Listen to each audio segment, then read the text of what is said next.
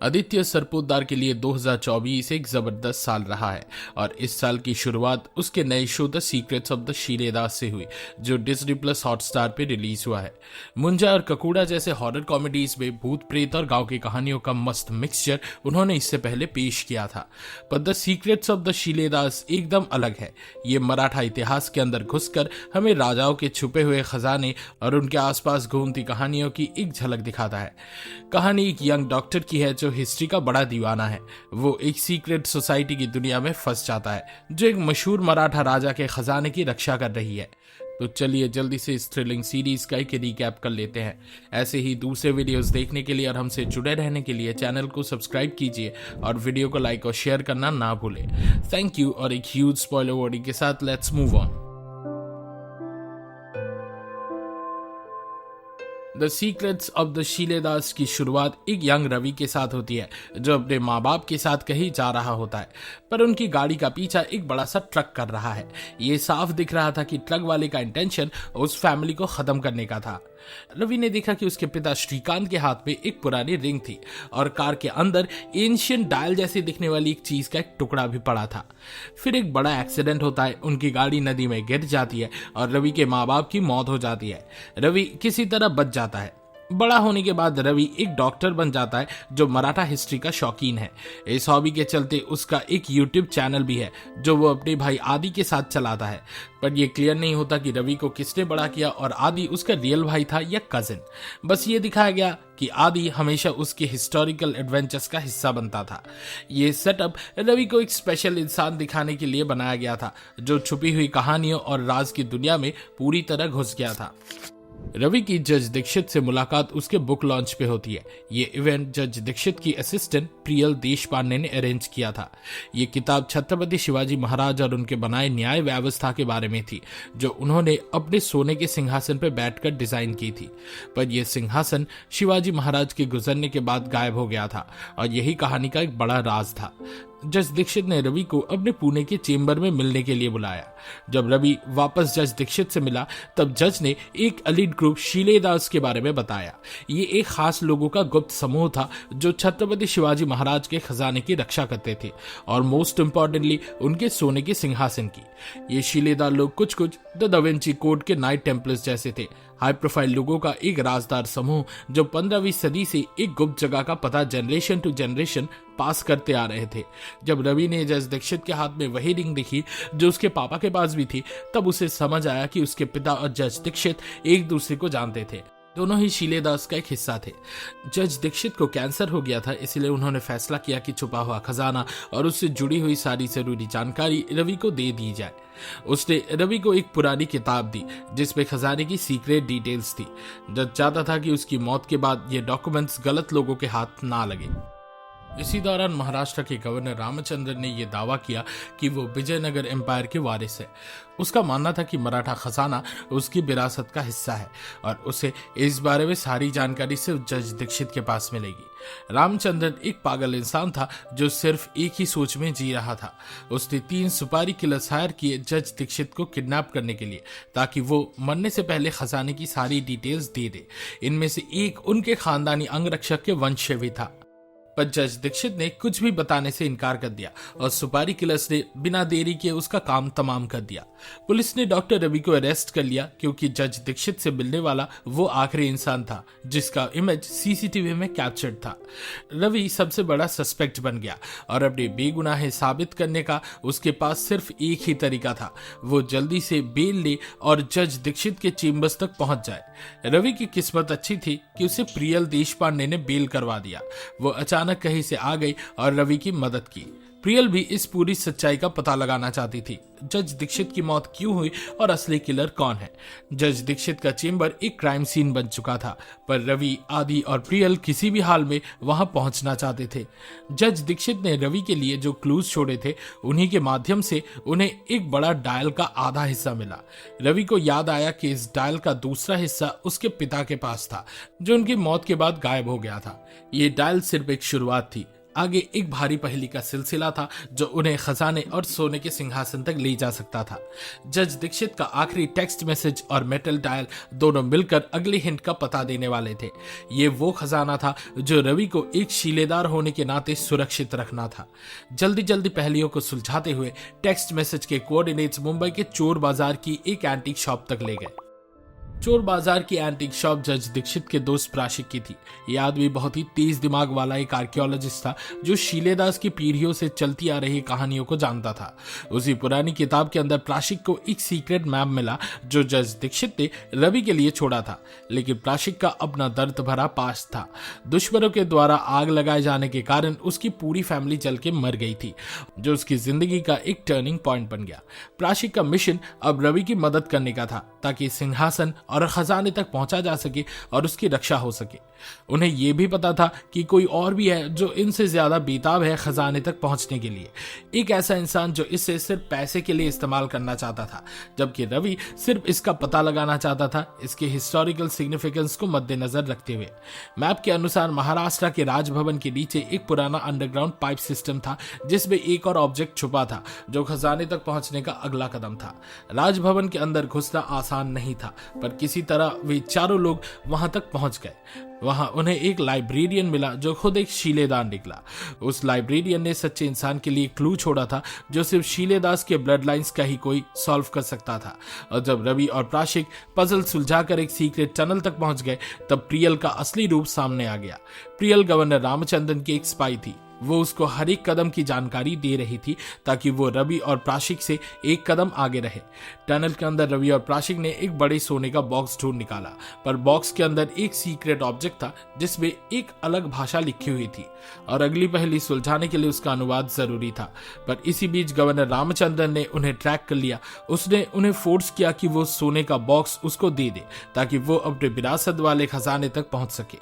प्राशिक रवि और प्रियल को बचाने के लिए अपनी जान तक दांव पे लगा दिया। पुलिस ने रवि, आदि और प्रियल को फरार घोषित कर दिया और लालची गवर्नर ने अपनी तलाश जारी रखी। प्रियल ने सच बताया कि वो एक अंडरकवर कॉप थी जो गवर्नर रामचंद्रन के लिए काम कर रही थी। उसने कभी सोचा भी नहीं था कि इस मिशन के चलते इतनी खून खराबी होगी या फिर वो एक लालची अफसर की वजह से रवि और आदि की जान खतरे में डाल देगी। प्राशिक और जज दीक्षित की मौत का दुख प्रियल के दिल में बैठ गया था और वो अपनी गलती सुधारना चाहती थी, इसलिए उसने रवि और आदि का साथ देने का फैसला किया ताकि वो सब मिलकर उस खजाने को ढूंढ सके और उसकी सुरक्षा कर सके। प्रताप चंद्र राव एक मशहूर इतिहासकार था जो छत्रपति शिवाजी महाराज के खजाने और उनकी विरासत पर रिसर्च कर रहा था। वो अचानक मशहूर हो गया था क्योंकि उसने एक बड़ा अवार्ड लेने से मना कर दिया था जब तक शिवाजी महाराज के सिंहासन का पता वो नहीं लगा लेता, एटलीस्ट तब तक के लिए। प्रताप चंद्र राव वो इकलौता आदमी था जो मराठा साम्राज्य की हिस्ट्री को अच्छी तरह जानता था। रवि, आदि और प्रियल जल्दी से उसकी शानदार हवेली तक पहुंच गए। शुरू में प्रताप चंद्र राव उनसे मिलना नहीं चाहता था, पर रवि ने जब उसके सामने सोने का बॉक्स रखा जो प्राचीन मराठी लिखाई से भरा हुआ था तब उसकी क्यूरियोसिटी जाग गई। उसने उनकी कहानी सुनी और मदद करने का फैसला किया। सबको पूरा यकीन था कि बॉक्स के अंदर कोई ऐसी चीज है जो अगली पहेली का सुराग बन सकती है। रवि के कटप्पा न्यूमेरिकल सिस्टम का ज्ञान तब काम आया और उन्होंने तुरंत बॉक्स को खोल दिया। बॉक्स के अंदर एक सोने का खंजर था जो खुद छत्रपति शिवाजी महाराज का था, जो स्पेशली स्पेन से बन के आया था। साथ ही एक कपड़े का टुकड़ा भी था जिसमें कई हिंदू देवी देवताओं की छवि बनी हुई थी। ये तस्वीरें बादामी यानी कर्नाटका के पुराने मंदिरों की मूर्तियों से मिलती जुलती थी। अब उन्हें बादामी जाना था क्योंकि वहां अगली पहेली छुपी हुई थी। इस बार प्रताप चंद्र राव भी उनके साथ गया क्योंकि यही उसकी पूरी जिंदगी का सपना था, मराठाओं के बेशकीमती खजाने का पता लगाना। रवि ने प्रताप चंद्र राव को कन्विंस किया कि उसकी नॉलेज उनके काम आएगी। सब तुरंत कर्नाटका के लिए निकल पड़े, पर खजाने की तलाश अब और मुश्किल और लंबी होने वाली थी क्योंकि हर क्लू अलग अलग जगह छुपा हुआ था। बादामी पहुंचने के बाद टीम को एक शंख मिला जो एक गुफा का पता बताता था जिसमें खजाना छुपा होने के संदेश थे।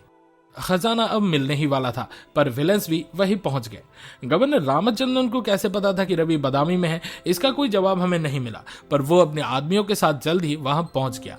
उसने रवि, आदि और प्रियल को घेर लिया और उन्हें मजबूर किया कि वो केव तक चले जो उसके विरासती खजाने तक ले जा सके। रवि के पास दो चीजें थी, शंख और सोने का खंजर, जो उस छुपी तिजोरी का राज खोल सकती थी। अंदर पहुंचते ही उन्हें एक तिजोरी मिली जो सोने के सिक्कों और विजयनगर साम्राज्य के अनमोल खजाने से भरी हुई थी। प्रताप चंद्र राव ने बताया कि विजयनगर एम्पायर ने अपनी सारी दौलत मराठा साम्राज्य को दे दी थी ताकि हिंदवी स्वराज्य का सपना पूरा हो सके और हिंदू धर्म को बचाया जा सके। इधर गवर्नर रामचंद्रन खुशी से पागल हो गया था क्योंकि उसको लगा ये उसका असली विरासत था। मराठा खजाने और शिवाजी महाराज के तख्त की तलाश अभी भी पूरी नहीं हुई थी क्योंकि उस तिजोरी में सिंहासन नहीं मिला। इसका मतलब तख्त किसी और जगह पर रखा गया था। अब ग्रुप को एक और शहर जाना पड़ेगा ताकि वो उस सिंहासन का पता लगा सके। उन्हें एक और क्लू मिला एक अजीब से दिखने वाले बॉक्स पर जो बाकी पुरानी चीजों से अलग लग रहा था। जो चीजें अलग होती है वही खजाने की तलाश करने वालों का ध्यान खींचती है और इसी बॉक्स के अंदर एक सोने की आइटम मिली जिसमें प्राचीन मराठी में कुछ लिखा हुआ था। गवर्नर रामचंद्र से रवि ने सवाल किया उस डायल के मिसिंग हिस्से के बारे में जो उसके पिता के पास था। रवि जानता था ये चीज उन्हें सिंहासन तक जरूर ले जा सकती है, लेकिन सबके लिए सबसे बड़ा झटका तब आया जब प्रताप चंद्र राव ने गवर्नर रामचंद्र को गोली मार दी और वो तुरंत मर गया। ऐसा लगा जैसे उस इतिहासकार को इस बात की बिल्कुल परवाह ही नहीं थी कि उसने एक एक्टिव गवर्नर का खून कर दिया है। उसके दिमाग में सिर्फ एक ही चीज थी, सिंहासन तक पहुंचना। रवि और प्रताप चंद्र राव ने तुरंत ये समझ लिया कि असली खजाना रायगढ़ फोर्ट में ही छुपा है। रायगढ़ फोर्ट छत्रपति शिवाजी महाराज की शान का सबसे बड़ा प्रतीक था और आइडनी ये थी कि शीलेदास ने उसी जगह सिंहासन को छुपा दिया था जो सबसे ऑब्वियस थी। शीलेदास चाहते थे कि उनके नई पीढ़ी का एक इंसान यानी रवि हर क्लूज को सॉल्व करे और खुद सिंहासन तक पहुंचे। इसका असली उद्देश्य ये था कि जो आदमी इस दौलत की देखभाल करे उसके अंदर पेशेंस और परसिवियरेंस हो, और ये रवि का फर्ज था जो उसे जज दीक्षित ने सिखाया था।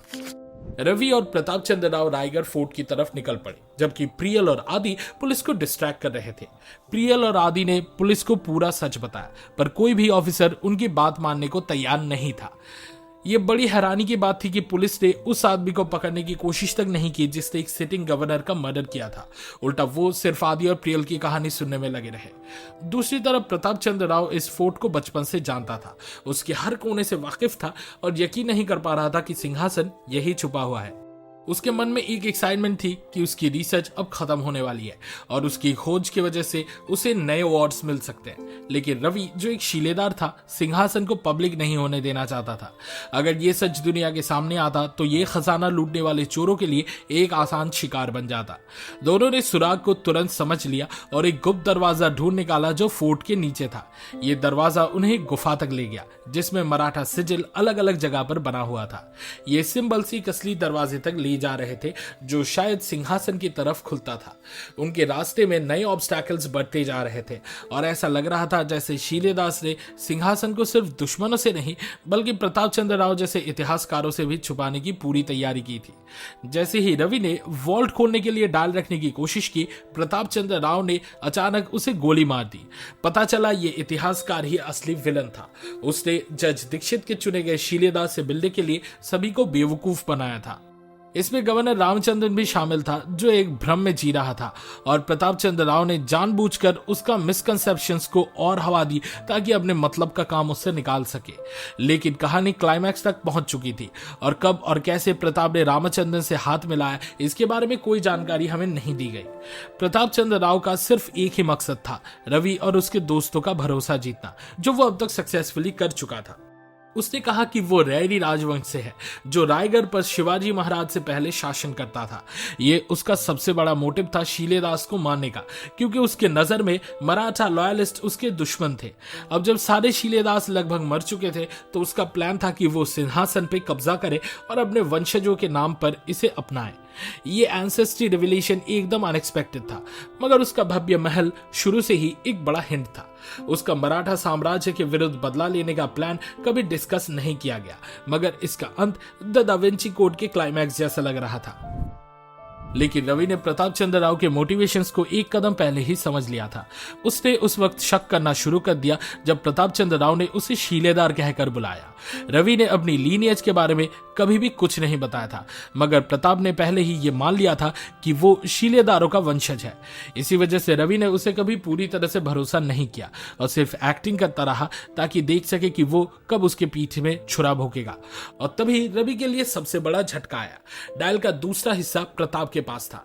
प्रताप ने उसके सामने मान लिया कि रवि के माँ बाप और जज दीक्षित को मारने वाला वही था। अब रवि के पास आखिरी हिस्सा था जो वॉल्ट खोल सकता था। एक टफ लड़ाई हुई रवि और प्रताप के बीच और आखिरी पल में गुफा की चट्टाने प्रताप चंद राव पे गिर गई। उसकी मौत तय थी क्योंकि उसने रवि और बाकी मराठाओं को नीचा दिखाने की कोशिश की थी, पर असली शीलेदार रवि ही था। द सीक्रेट्स ऑफ द शीलेदार एक धमाकेदार एंडिंग के साथ खत्म हुआ। रवि ने आखिरकार सोने का वो सिंहासन ढूंढ लिया जो कभी छत्रपति शिवाजी महाराज का था। उसने कसम खाई कि वो हमेशा शीलेदार के रूप में ईमानदारी से अपना दायित्व निभाएगा। इस सिंहासन के इर्द गिर्द बाजी प्रभु देशपांडे और तानाजी मालुसरे की प्रतिमाएं भी थी। ऐसा लग रहा था कि जैसे वे मृत्यु के उस पार से भी इस सिंहासन की सुरक्षा कर रहे थे। इस सफर ने रवि को ड्यूटी का असली मतलब समझाया। अब वो नए दौर का रक्षक था और उसका वंशज भी इसी ड्यूटी को आगे ले जाएगा जब तक दुनिया का अंत नहीं हो जाता। इस वीडियो को देखने के लिए शुक्रिया। द सीक्रेट्स ऑफ द शीलेदास देखने के आपके एक्सपीरियंस के बारे में कमेंट सेक्शन में जरूर शेयर करें। सिनेमा सीरीज के वीकली डोज के लिए लाइक बटन दबाएं और हमारे चैनल को सब्सक्राइब करें। अगले वीडियो में मिलते हैं और फिलहाल के लिए we signing off. Good bye and I will be back.